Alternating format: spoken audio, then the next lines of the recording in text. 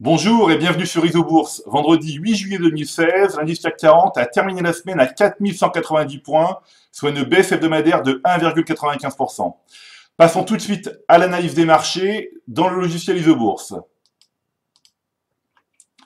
Alors que la baisse était supérieure à 3,5% jeudi soir, l'indice CAC 40 est parvenu à limiter la casse ce vendredi avec une hausse de 1,8%. Toutefois, malgré ce rebond, l'indice CAC 40 reste mal orienté à court et moyen terme. Alors en effet, en hebdomadaire, la courbe de pression Isobourse 5 semaines continue d'évoluer au-dessous de la courbe 20 semaines. En mensuel, pas de changement non plus, les courbes de pression Isobourse 5 et 20 mois du CAC 40 sont toujours négatives depuis septembre 2015. Bref, l'inconnu du Brexit continue d'alimenter l'inquiétude des investisseurs sur les places européennes. Alors, dans le même temps, et comme je l'ai déjà souligné dans ma précédente chronique, les marchés américains continuent de se distinguer avec une hausse hebdomadaire de 1,3% pour l'indice S&P 500. Alors je rappelle que nous surveillons actuellement la formation d'un croisement haussier des cours de pression Isobourse 5 et 20 mois sur l'indice S&P 500. Alors, au palmarès des plus fortes baisses du SBF 120 cette semaine, la première place revient à SFR Group avec une baisse de plus de 10%. Ensuite viennent les valeurs telles Europcar, Euler Hermès, Ipsen, dont les courbes de pression Isobourse 5 et 20 mois sont toujours baissières. Alors on peut jeter un œil ici avec SFR Group, dont les courbes de pression sont baissières depuis mai 2015.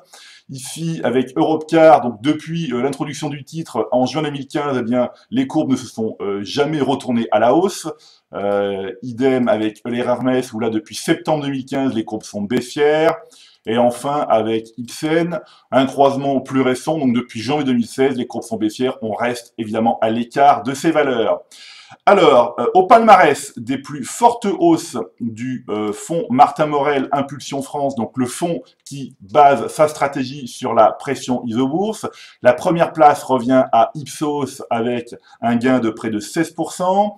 Ensuite, Nicox, Plastivaloir, Line Data Service, donc toujours la même chose, des cours de pression Isobourse 5 et 20 mois, toujours haussières. Alors on peut jeter un œil ici sur Ipsos, donc on voit croisement haussier des courbes depuis avril 2016, donc on conserve évidemment ces valeurs.